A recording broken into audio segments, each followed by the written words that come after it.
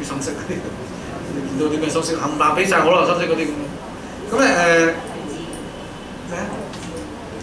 荔枝梗係唔好啦，荔枝啲糖分高，即係總之你知道有叫糖分高嗰啲，你咪唔好食咁多。荔枝佢話一個荔枝成斤砂糖喎，唔食咁多。其實大家都知道咩有益嘅，不過你唔食啫嘛。咁我而家話俾你聽咧，你今日食啲乜嘢咧，將來就你個報應嚟㗎。你今日食得好啲，食多啲新鮮嘅嘢，將來咧你仲可以有咩機會再食。你今日食得唔好咧，將來你就冇機會。我有個就語嘅老師，咪食到而家咪周身病啦。佢話我 quota 完咗啦嘛，即係食美食嘅 quota 而家完咗啦。咁就要食啲冇味嘅，即係你仲想食一啲好嘅嘢咧，咁你就學下食啲新鮮嘅嘢。新鮮嘅嘢咧又唔係整到佢咩啊？即係冇晒益喎。咁所以咧啲外國人食沙律咪好好咯，中國人唔慣㗎嘛。咁但係你學下食沙律，係冇咩千島醬嗰啲喎，冇咩奇妙醬啊嗰啲喎。嚇？橄欖油我食就乜嘢都唔落，即係就咁叉嚟食，幾好味㗎。如果你中意食啲鮮味嘅嘢，咁沙律一樣啦。我哋中國人炒菜都 OK 嘅，只要落少啲油，少少就得啦。外國人咧有個唔好處咧，佢一係就食沙律，一係就食啲黃咗嘅菜，即係煮到佢黃晒嗰啲嘅菜，煮黃晒就冇益㗎。咁所以都係新鮮咧。最好係綠菜啊嘛，唔落油綠嘅菜啊嘛，就即係連炒都唔好，因為炒就有油喺度。咁而家可能啲主婦加音嚟㗎嘛，唔使炒係咪？落咗拎翻上嚟搞掂，幾快手。咁仲有一個咧，即係食物咧就係魚啦。不過當然啦，今日有個問題，你食魚又有咩啊？有重金屬啊嘛。佢本來有益嘅，而家攞埋你命。魚係一個好好嘅咧，即係抗衰老嘅食物嚟嘅。但係好可惜咧，而家污染晒咧，所以我哋咧即係連呢一樣咧，我哋都可能冇辦。而家仲要驚埋咩？食魚生又話有咩有輻射啊！咁但係如果唔係咧，魚新鮮魚喎，同埋食啲罐頭魚，就叫做咩？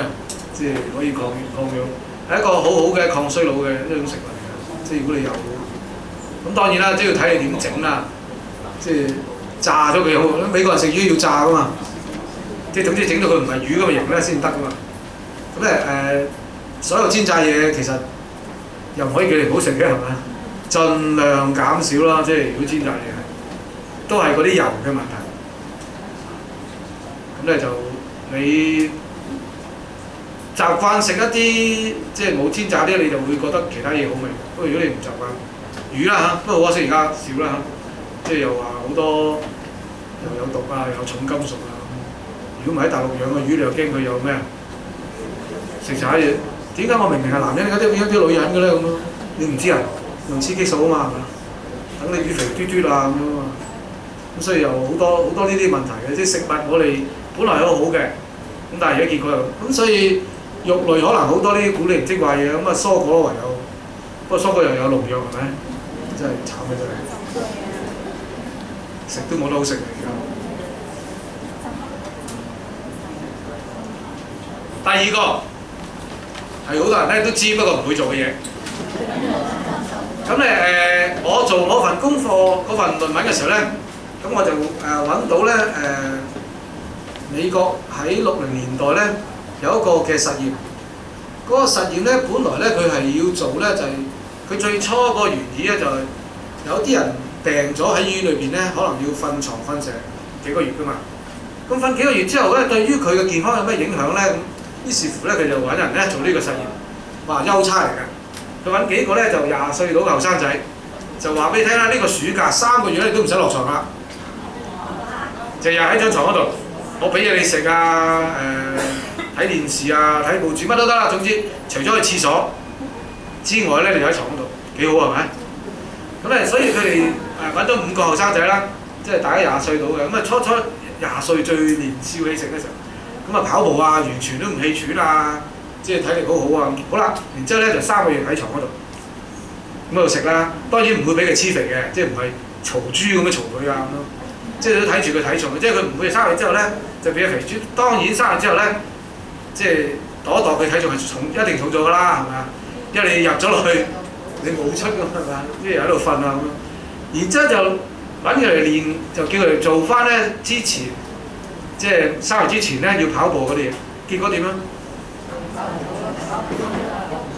佢哋大約咧係老咗10年，3個月之內，即係佢哋如果瞓喺床嗰度咧，唔做運動咧，只係食咧同埋瞓咧嚇，咁啊3個月之後咧，佢大約老咗10年。咁所以咧由呢個實驗咧，佢哋就得出一個結論咧。當時60年代就係初初有太空人上太空嘅時候咧，咁所以嗰啲太空人咧上咗太空咧係要做運動嘅，知唔知啊？如果唔係佢哋會死嘅，知唔知啊？就因為佢做咗呢個實驗。你諗3個月老咗10年喎，如果佢而家去多幾個月會點啊？咁咪死啊！即係喺上面老死咗。好啦，咁啊呢個實驗咧做完之後，咁嗰3個人點算啊？老咗10年，咁佢再做咗第2個部分，然之後咧另外3個月就日夜特訓佢哋。咁啊又要睇住佢食嘢，然之後又要佢哋跑步啊、練啊咁樣，就練多3個月。咁練3個月之後點啊？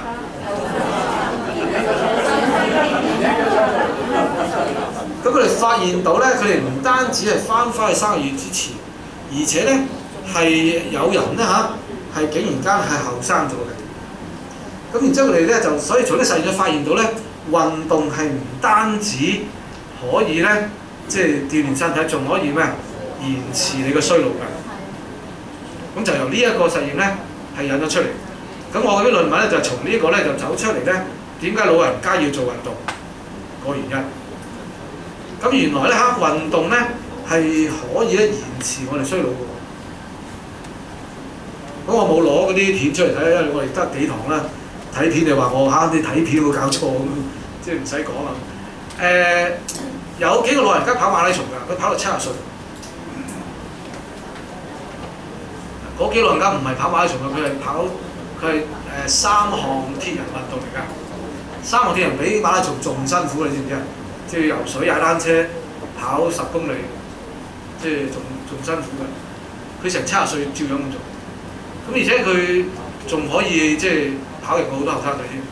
咁就因為咧，即係原來神造我哋嘅時候咧，係要我哋咧要喐要勞動嘅。你唔勞動咧，你嘅身體就會退化。你其實好易見嘅啫，啲老人家咧越唔喐咧，就越老得快。我哋喺老人中心就見到㗎，嗰啲有啲婆婆咧就嚟親都坐喺度睇電視㗎嘛。咁你喺度睇電視一路點啊？喺度中眼瞓啦。咁佢日日都瞓㗎咯喎，都唔夠瞓。咁就因為佢唔喐。咁越唔喐咧，佢身體就越嚟越差，而且老得好快添。咁你反為嗰啲精靈嗰啲咧，即係呢個活動參加，嗰個活動參加就越嚟越精靈。咁所以咧運動咧係其中一個咧好好嘅方法咧，去延遲你嗰個嘅即係衰老嘅。咁你話我而家70歲㗎咯，咁會唔會遲咗啊？咁樣。咁咧呢個實驗咧，即係當時揾嗰啲20歲㗎啦。如果你而家上網咧，佢仲有做㗎，即係仲有做呢個實驗。佢而家揾啲老嗰啲，咁佢發現到咧，就算70歲再做運動咧，一樣得，係唔論你幾多歲㗎。咁當然啦，即係70歲就唔係叫佢跑馬拉松啦嚇。咁做啲適當嘅運動咧，係真係可以即係延遲佢嗰個嘅即係衰老期嘅。我而家都50幾歲咧，我同一個後生仔打羽毛球嘅，我同佢一樣咁走，好多已經唔得㗎啦。打羽毛球嘅點解唔得啫？咁樣我唔係企喺度，你打過嚟，我打下嗰啲。我係打緊嗰啲比賽嗰啲人咧，你即係邊個啊？中國嗰邊個啊？我就係知道李宗盛啊嗰啲啦。你冇睇羽毛球嗰啲啊？林丹嗰啲即係走前撲後啊嗰啲打法喎，唔係咁多人得㗎。你如果你唔做運動咧，係做唔到㗎嗰啲。即係後生都唔得啦，唔好話老啊！打羽毛球係一個好劇烈嘅運動嚟㗎嘛。即係如果你當然你可以唔劇烈嘅，係咪？你企喺度，嗰個個喺側邊你都唔擋嗰啲啊。如果你要追波嗰啲咧，就唔係咁簡單嘅。咩叫追波啊？打去嗰度有冇搞錯啊？咁樣。咁你我都繼續打咧，就你發現到咧，即係我都觀察到自己，我係有進步過打波。咁你即係證明咗係咩啊？無論你年紀幾大咧，你能夠做運動咧，你其實係有進步嘅喎。即係你唔好以為咧，咪年紀大機器壞咯咁樣，未必嘅喎。咁當然做咩運動咧，就另外一樣好重要嘅。咁老人家年紀大咗做咩運動好啊？